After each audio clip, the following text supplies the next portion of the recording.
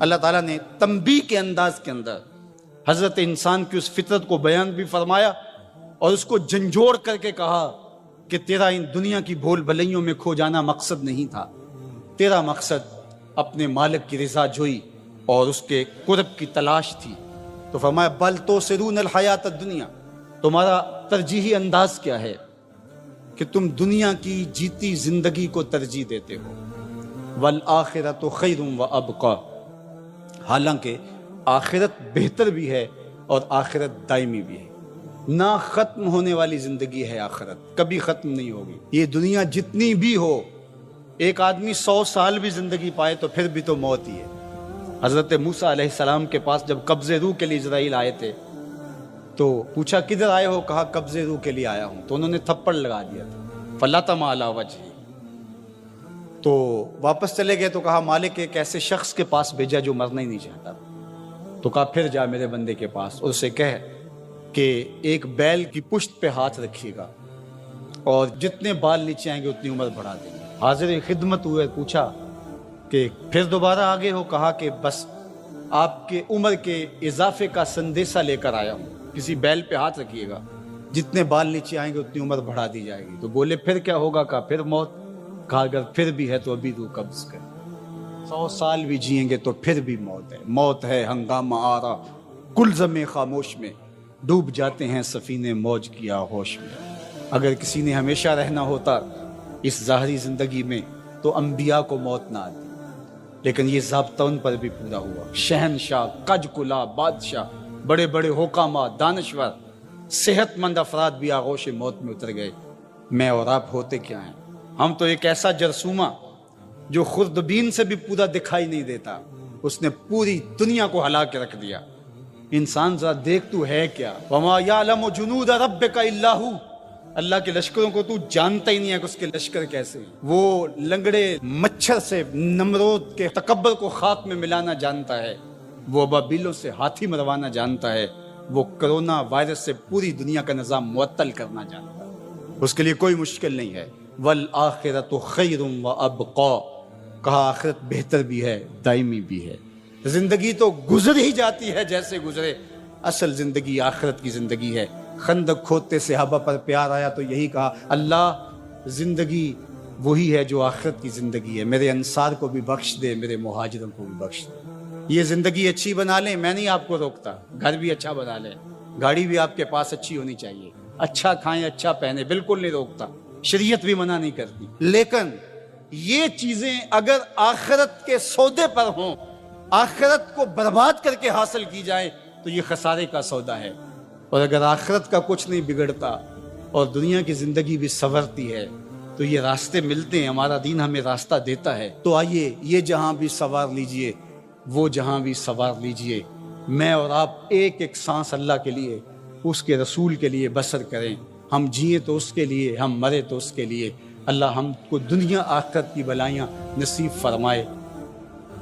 کتنے خوش نصیب لوگ ہیں جن کے دن کا آغاز نماز فجر سے ہوتا ہے اور سونے سے پہلے بھی وہ سجدہ ریز ہو کے اللہ کی نعمتوں کا شکرانہ ادا کرتے ہیں، اور جو دن خیریت سے گزرا اور عافیت کی گود میں نیند لینے کے لیے بڑھ رہے ہیں تو وہ شکرانے کا سجدہ کر رہے ہیں کہ مالک تیری توفیق سے مجھے خیریت سے یہ دن گزارنا نصیب ہوا۔ ہمارے بزرگ فرمایا کرتے تھے سونے سے پہلے 5 انگلیاں بھی گن لیا کرو، 5 نمازیں بھی گن لیا کرو۔ اگر 5 نمازیں پوری ہیں تو اللہ کا شکر ادا کیا کرو کہ تمہیں توفیق اس نے عطا کی۔ اللہ اکبر۔ حضور علیہ السلام نے کچھ لوگوں کو دیکھا معراج کی شب کہ ان کے سر پتھروں سے کوٹے جا رہے ہیں، کچلے جانے کے بعد پھر دوبارہ سر صحیح کر دیے جاتے ہیں، پھر پتھروں سے ان کے سر کوٹے جاتے ہیں، ریزہ ریزہ ہو جاتے ہیں، پھر دوبارہ ان کے سر صحیح کر دیے جاتے ہیں۔ جبریل امین نے کہا حضور یہ آپ کی امت کے وہ لوگ ہیں جو نماز میں کاہلی کیا کرتے تھے، نماز میں سستی کیا کرتے تھے، نمازوں پر بوجھ تھا کہ یہ وقت ہو گیا ہے اب پڑھنی پڑے گی، دیر کرتے رہتے، پہلے پڑھنا ہی نہیں چاہتے تھے، اگر پڑھنی پڑھ بھی جاتی تو پھر نماز کی وجہ سے ان کے سر بوجھل رہتے تھے۔ آج ان کے وہ سر کوٹے جائیں گے۔ نوجوانوں بالخصوص میں آپ سے مخاطب ہوں، ماں باپ کو زور نہ لگانا پڑے، آپ کی منتیں نہ کرنی پڑیں، آپ کے ترلے نہ کرنے پڑیں، آپ کو جھڑکنا نہ پڑے، جب حیا علی الصلاح کی آواز آئے تم بستر سے چھلانگ لگا کے اٹھ جاؤ کہ میرے رب کا بلاوا ہے میرے نام، میسج ہے۔ طلباء سے کہوں گا کہ استاد کو بیدار نہ کرنا پڑے تمہیں، جب اذان کی صدا آئے تو خود اٹھ کر کے مصلی پہ آ کے بیٹھ جاؤ کہ میرے رب کا بلاوا میرے نام آیا ہے۔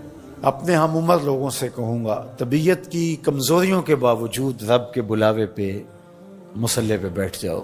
نماز کا چھٹکارا نہیں ہے، رستگاری نہیں ہے۔ زکوٰۃ نصاب پہ واجب ہوتی ہے، حج استطاعت پہ واجب ہوتا ہے، روزہ صحت کے ساتھ مشروط ہے۔ اگر شیخ فانی ہے یا ایسی بیماری ہے روزہ نہیں رکھ سکتا، فدیہ دے دے۔ مسافر کو چھوٹ ہے، بیمار کو چھوٹ ہے کہ وہ دیگر ایام میں اس کی قضا کر لے، لیکن نماز کی چھوٹ نہیں ہے۔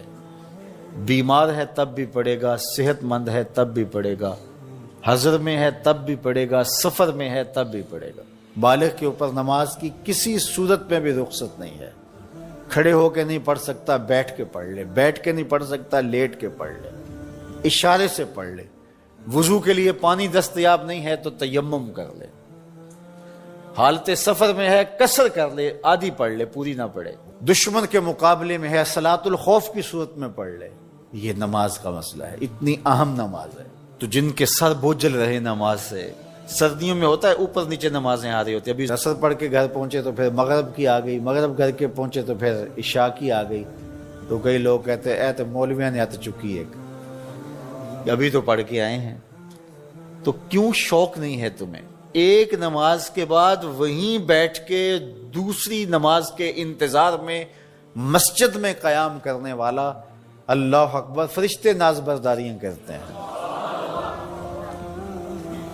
مسجد میں صحابہ بیٹھ جاتے ہیں، ایک نماز پڑھی اب دوسری پڑھ کے جائیں گے، دوسری پڑھی تو اب تیسری پڑھ کے جائیں گے، اور جب نماز کا وقت آتا تو وہ انتظار کرتے کہ ابھی تک اذان نہیں ہوئی۔ اور حضور جب حضرت بلال حبشی رضی اللہ تعالی عنہ کو اذان کے لیے کہتے تو کہتے ارحنا یا بلال، بلال اٹھو ہمارے دل کو راحت پہنچاؤ۔ آنکھوں کی ٹھنڈک قرار دیا نا نماز کو، جعلت قرۃ عینی فی الصلاۃ، میری آنکھوں کی ٹھنڈک نماز میں رکھی گئی۔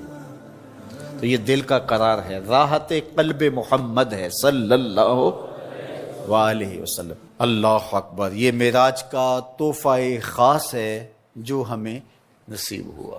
غیبت یہ ہے کہ کسی کے اندر موجود عیب کو اس کی پیٹھ پیچھے بیان کرنا۔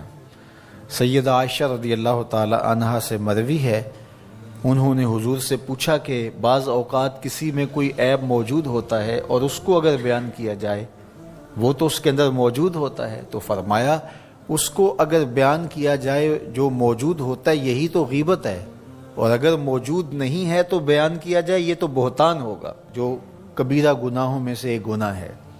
اور کسی کے اندر عیب موجود ہو اور اس کو بیان کرنا اور اس کی شرعی ضرورت نہ ہو۔ آپ کو عدالت میں گواہی دینے کی نوبت نہیں آئی ہے، کسی نے آپ سے نہیں پوچھا کہ میں فلاں کے بیٹے سے رشتہ کرنا چاہتا ہوں تو وہ کیسا ہے، تو یہ مجبوری ہو تو پھر تو بتانا پڑے گا کہ وہ نشے کا عادی ہے، تو اپنی بیٹی کو اس دلدل میں نہ پھینکیں، وہ ایک الگ بات ہے۔ کوئی ضرورت شرعی نہیں تھی، کوئی اخلاقی ضرورت نہیں تھی، تو اس کے بغیر کسی کے عیب کو چھالنا، لوگوں کو اس سے بدظن کرنا، اس سے نفرت دلانا اور خام خواہ اس کی آبرو ریزی کرنا، یہ سخت جرم ہے اور یہ کبیرہ گناہوں میں سے ایک بڑا گناہ ہے۔ اور یہ بات ذہن میں رکھیے گا کہ اگرچہ غیبت عام ہو گئی ہے اور عام ہونے کی وجہ سے اس کو عیب نہیں سمجھا جا رہا، تو اس کا یہ مطلب نہیں ہے کہ یہ عیب نہیں رہا، یہ پھر بھی عیب ہے اور اتنا بڑا گناہ ہے کہ فرمایا گیا الغیبت اشد من الزنا، غیبت بدکاری سے بھی بڑا گناہ ہے۔ اور پھر بدبختی، معاشرتی قدروں کی پامالی یہ ہے کہ کسی کی بدخوئی کرنا یہ تو معمول زندگی لوگوں کا بن ہی گیا، لوگوں کی بیٹیوں کے تبصرے لوگوں کی مجلسوں میں آ جاتے ہیں۔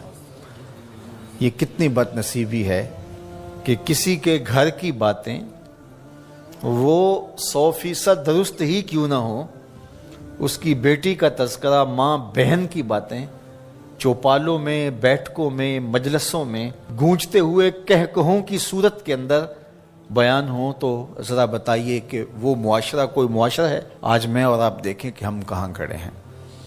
اور آقا کریم علیہ الصلوۃ والسلام کو یہ چیز دکھلائی گئی کہ تانبے کے ناخنوں سے اپنے چہرے کو نوچ رہے ہیں۔ اپنا معاشرہ تشدد اور افتراق کا شکار ہو کے رہ گیا ہے۔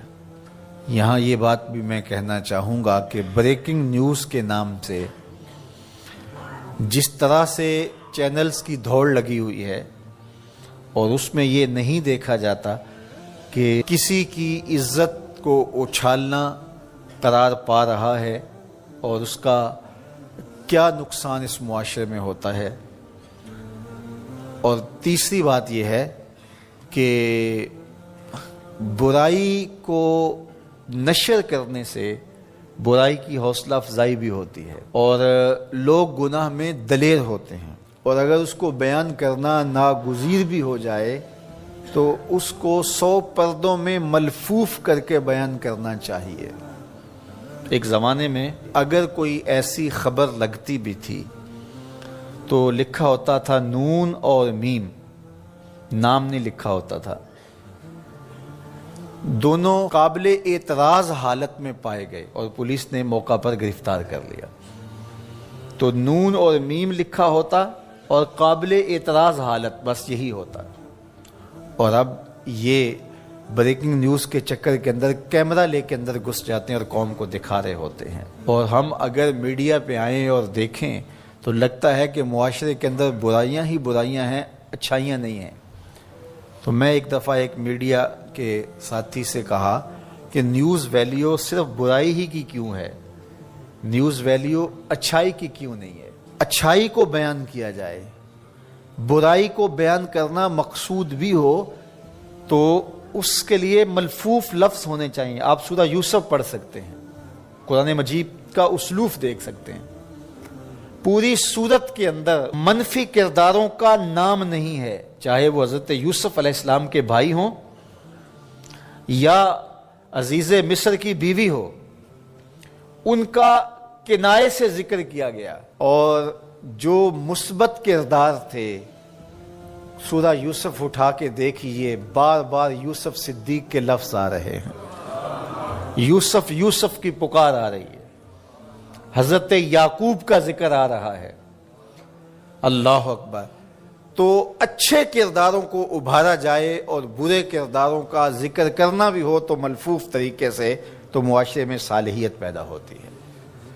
لیکن جب ہمارا مقصود ریٹنگ ہو، ہمارا مقصود پیسہ ہو، ہمارا مقصود بیرونی نادیدہ ہاتھوں کا ایجنڈا ہو، تو پھر ہم ہوش و حواس میں نہیں ہوتے، پھر جو ہم سے کروایا جاتا ہے ہم وہی کر رہے ہوتے ہیں۔ یہ بد نصیبی ہے اور یہ دردناک کہانی ہے۔ جس سے آپ حسد کر رہے ہیں اس کو پھلتا پھولتا دیکھنا آپ پسند نہیں کرتے، اس کو کوئی بھی عزت ملتی ہے یا کوئی مالی آسودگی ملتی ہے تو آپ پریشان ہو جاتے ہیں اور آپ اس نعمت کا زوال چاہتے ہیں۔ اور پھر ایسا وقت آتا ہے کہ وہ نفرت اتنی بڑھ جاتی ہے کہ جو آپ کے اندر انتقام کی آگ کو اس قدر بھڑکا دیتی ہے کہ آپ ہر لمحہ اس کو نقصان پہنچانے کے منصوبے تراشتے رہتے ہیں۔ تو اس لیے اپنے دل کو، اپنے سینے کو کینے سے محفوظ رکھنا چاہیے، اور اس کا طریقہ یہ ہے کہ معاف کر دیا جائے، اس کے لیے دعا کی جائے، اور اپنے دل میں اس کے لیے اس طرح کا کوئی منصوبہ آنے بھی پائے تو اس کی نفی کی جائے، حسد کو پرورش نہ پانے دیا جائے۔ بے کینہ سینہ یہ مومن کی زندگی کا جمال ہے، جس سے آپ بدلہ لینے کی طاقت نہیں رکھتے، اس کو نقصان پہنچانے کے لیے دن رات کوشاں رہے، منصوبہ سازی چلتی رہے، اور اس کو اذیت دینے کے درپے رہیں، تو یہ کینہ ہوتا ہے۔ تو اپنے سینے کو بے کینہ کرنے کی کوشش کیجیے، اور اس کا طریق یہ ہے کہ معاف کر دیجیے۔ ایسے لوگ بھی ہوتے ہیں برادری میں، خاندان میں، اعزا و اقربا میں، آپ کے کاروباری دوستوں میں، کہ جن کی شر سے بچنا بڑا مشکل ہوتا ہے اور آپ ایک فاصلے سے رہنا چاہتے ہیں، وہ ایک امر آخر ہے، وہ کینے کے زمرے میں نہیں آتا۔ یا کسی نے آپ کو کوئی ایسی اذیت دی کہ جب وہ سامنے آتا ہے تو آپ کو اذیت بھرے لمحے یاد آ جاتے ہیں، تو ایسے شخص سے پہلو تہی کر لینا اور تھوڑے فاصلے پہ رہنا، یہ کینہ نہیں ہوتا۔ حضور علیہ الصلوۃ والسلام نے حضرت وحشی سے کہا تھا کہ میرے سامنے نہ بیٹھا کرو، ایک سمت بیٹھا کرو، جب تم سامنے آتے ہو تو مجھے اپنے چچا حمزہ یاد آ جاتے ہیں۔ اور میں آپ کو یہ کہوں کہ اللہ کے بندے تو دشمنوں کے لیے بھی سینوں میں کشادگی رکھتے ہیں، اور ہم اپنوں کو توڑنے میں لگے رہیں اور تقسیم در تقسیم کے عمل سے گزر کر کے امت کے ٹکڑے ٹکڑے کر دیں، تو کیا ہمارے پہ ہمارے آقا خوش ہو سکتے ہیں؟ شنیدم کے مردان راہ خدا، دل دشمنا ہم نہ کر دن تنگ، ترا کے میسر شوادی مقام، کہ با دوستانت خلاف است و جنگ۔ سعدی شیرازی کہتے ہیں ہم نے تو سنا تھا کہ جو مردان خدا ہیں وہ دشمنوں کا بھی دل نہیں دکھاتے۔ تو کیسا صوفی ہے، تو کیسا مولوی ہے، تو کیسا پیر ہے، تو کیسا مسلمان ہے کہ تو اپنوں کے خلاف جنگ کی آگ بھڑکا رکھی ہے، اور نفرت کے الاؤ تو نے جلائے ہوئے ہیں، اور گلی گلی نفرتوں کی آگ جل رہی ہے۔ تو کینہ اس امت کو میرے اور آپ کے آقا و مولا نے درس دیتے ہوئے کہا کہ مشاہن جو کینہ توز ہو، جس کا سینہ گدلا ہو، میلا ہو، تو ایسی بابرکت رحمتوں سے وہ شخص محروم رہتا ہے۔ اس لیے اپنے اندر کشادگی پیدا کریں۔ میرا اور آپ کا سینہ منور اور تابہ ہونا چاہیے۔ کس کو پتھر مارے ناصر، کون پرایا ہے، دل کے شیش محل میں ایک ایک چہرہ اپنا لگتا ہے۔ اس دنیا کے اوپر ہونے والا پہلا جرم، پہلا گناہ جو ہے وہ تکبر ہے۔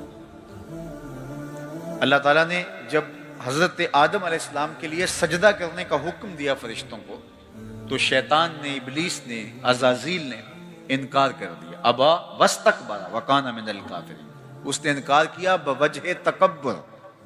اور اللہ نے کہا کہ جب میں نے تجھے حکم دیا ہے تو تو نے کیوں انکار کیا، کیوں سجدہ نہیں کیا؟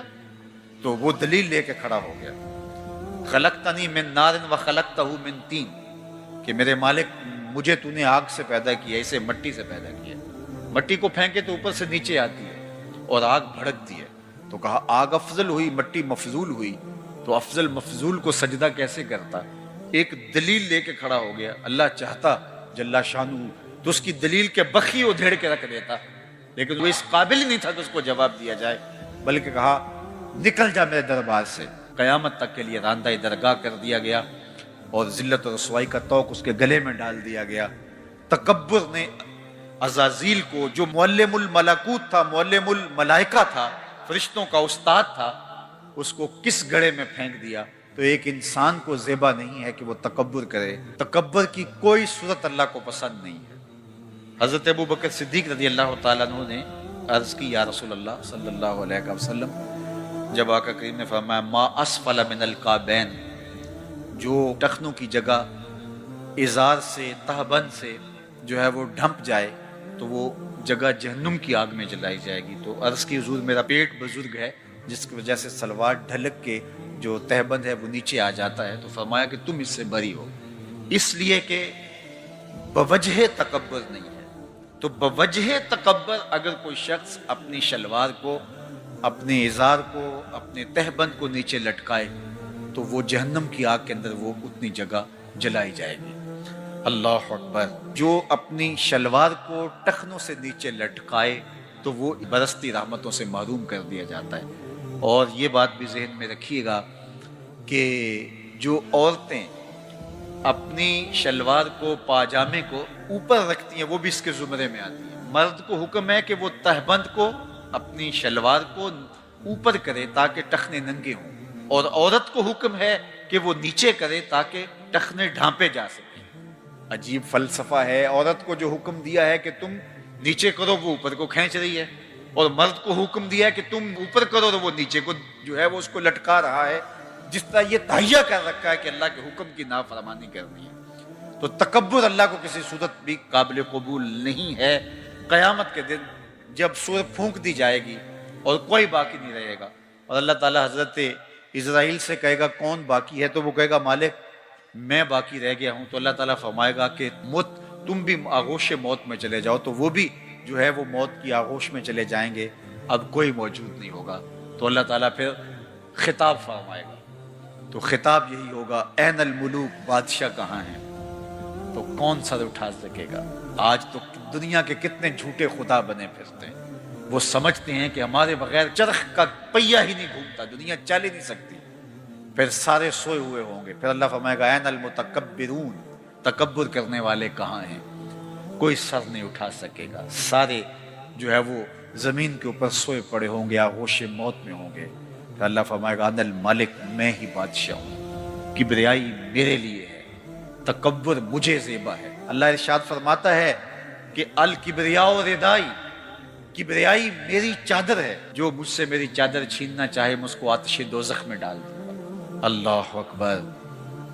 اللہ جل شانہ کی بارگاہ میں دعا ہے کہ اللہ ہماری زندگیوں میں تقوی کا نور پیدا کر دے اور ہمیں اس طرح سے زندگی بسر کرنے کی توفیق دے جس طرح ہمارا رب چاہتا ہے۔ اقبال کہتے ہیں مریم از یک نسبت عیسیٰ عزیز، حضرت مریم ایک نسبت سے عزیز روزگار بن گئی، از سے نسبت حضرت زہرا عزیز، لیکن سیدہ زہرا سلام اللہ علیہا کی عظمتوں کے ایک نہیں 3 حوالے ہیں۔ نور چشم رحمت للعالمین، امام اولین و آخرین۔ ایک نسبت تو یہ کہ وہ امام اولین و آخرین رحمت للعالمین کی صاحبزادی ہیں، پارہ قلب محمد ہیں صلی اللہ۔ ارشاد فرمایا فاطمہ تو بدعۃ منی، فاطمہ میرے جگر کا ٹکڑا ہے۔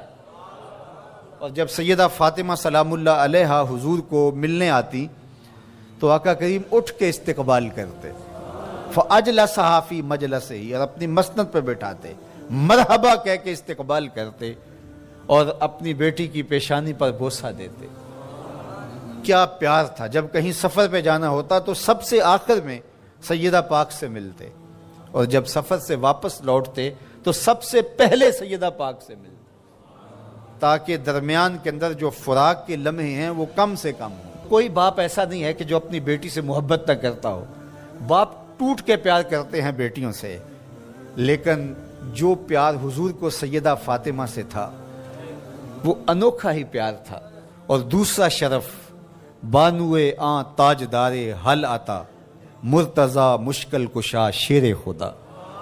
سیدہ فاطمہ تو زہرا رضی اللہ تعالیٰ عنہ کا اعزاز، عزت، عظمت اور شرف یہ ہے کہ یہ مولا کائنات سیدنا علی المرتضی رضی اللہ تعالیٰ عنہ کی زوجہ محترمہ ہیں، مادر آن مرکز پرکار عشق، مادر آن قافلہ سالار عشق۔ ماں ہیں تو اس کی جو عشق کے قافلے کا سالار ہے، جو عشق کی پرکار کا مرکز ہے، مرکز کے گرد پرکار گھومتی ہے۔ عشق کی پرکار جس وجود کے گرد گھومتی ہے اس کا نام حسین ابن علی ہے، اور حسین کی ماں کا نام فاطمہ بنت محمد ہے صلی اللہ علیہ وسلم۔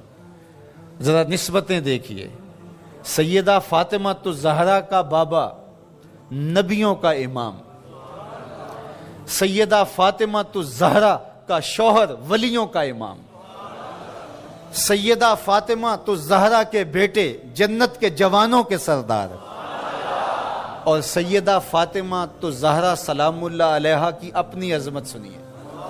حضرت حذیفہ بن یمان رضی اللہ تعالیٰ عنہ فرماتے ہیں، حضور نے خود ہی فرمایا، حذیفہ سنو، یہ میرے پاس فرشتہ کھڑا ہے جو آج سے قبل دھرتی پہ پہلے کبھی نہیں آیا، آج یہ پہلی مرتبہ دنیا پہ آیا ہے، اور اللہ سے اجازت لے کے 2 کام کرنے آیا ہے۔ ایک تو مجھے سلام کرنے آیا ہے، اور دوسرا مجھے خوشخبری دینے آیا ہے کہ آپ کی بیٹی فاطمہ جنتی عورتوں کی سردار، اور آپ کے بیٹے حسن حسین جنتی جوانوں کے سردار۔ یار یہ شرف تو دیکھو، کائنات کی کسی عورت کو نصیب ہوا، باپ نبیوں کا امام، شوہر ولیوں کا امام، اور بیٹے جنتی جوانوں کے امام، اور خود جنتی خواتین کی سردار۔ نبی کے گھر کی ہے عظمت، نبی سے سنتے ہیں، علی کے گھر کی ہے عزت، علی سے سنتے ہیں۔ وہ جس نے معزز کیا گھرانے کو، حسین پال کے جس نے دیا زمانے کو۔ اور اقبال تو یہاں جھوم اٹھتا ہے، کہا کہ تو نے جس انداز سے تربیت کی، ادب پر وردائے صبر و رضا، آسیہ گرداں و لب قرآن سرا۔ اے فاطمہ کیسا تیرا انداز تربیت ہے، ہاتھوں سے چکی پیس رہی تھی اور لبوں پہ قرآن کے نغمے جاری۔ جب مائیں چکی پیستے ہوئے قرآن پڑھیں تو بیٹے حسین ہی ہوں گے۔ جب مائیں جو ہے وہ 14 پاروں کی تلاوت کر کے پھر بچے کو دودھ پیش کریں تو بیٹے قطب الدین بختیار کاکی کی صورت میں نمودار ہیں۔ مائیں جب درہم و دینار سی کر کے آستین میں ساتھ تاکید کریں کہ بیٹے جھوٹ نہیں بولنا، جو مرضی ہو جائے، تو بیٹے پھر حضرت شیخ عبد القادر جیلانی کی صورت میں ہی نمودار ہیں۔ مائیں جب مائی راستی کی صورت میں ہوں اور بیٹے کے مسلح کے نیچے شکر رکھیں تو پھر بیٹا فرید الدین گنجے شکر بن کے نمودار ہی ہوتا ہے۔ اور جب ماں کھانا تیار کرتے ہوئے تھرکتی ہوئی تصویروں کو دیکھ رہی ہوگی تو پھر بیٹے اداکار تو بن سکتے ہیں، غلام محمد نہیں بن سکتے ہیں۔ تو ماؤں کی تربیت اثر پذیر ہوتی ہے۔ اچھی مائیں اچھے بیٹوں کی نہضت کی ضامن اور نشت کی ضامنہ ہوا کرتی ہیں، اس لیے اچھی ماؤں کی تربیت لازم ہے۔ اور سیدہ فاطمہ تو زہرا سلام اللہ علیہا قیامت تک آنے والی خواتین کے لیے رول ماڈل ہیں، اور وہ نمونہ حیات خواتین اگر اختیار کرتی ہیں تو ایک اچھی امت کی نشت کی ضمانت پیدا ہوتی ہے۔